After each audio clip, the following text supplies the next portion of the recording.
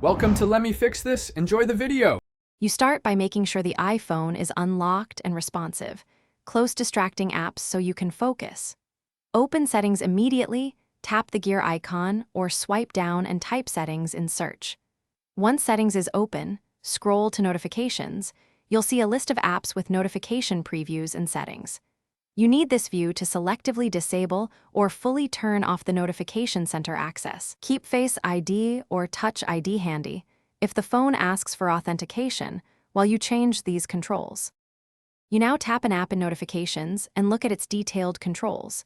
Disable Allow Notifications to stop all alerts from that app, which removes it from Notification Center too. If you prefer selective control, leave Allow Notifications on and turn off specific styles like banners, sounds, or badges. Once done with apps, go back to Settings, tap Face ID and Passcode or Touch ID and Passcode, and adjust Notification Center access on the lock screen and within apps so Notification Center itself is restricted.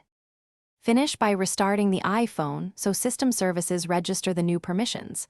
A quick reboot often resolves persistent behavior. Make sure to test. Swipe down from the top to confirm Notification Center is blocked as intended, and use Focus or Do Not Disturb for temporary suppression when needed.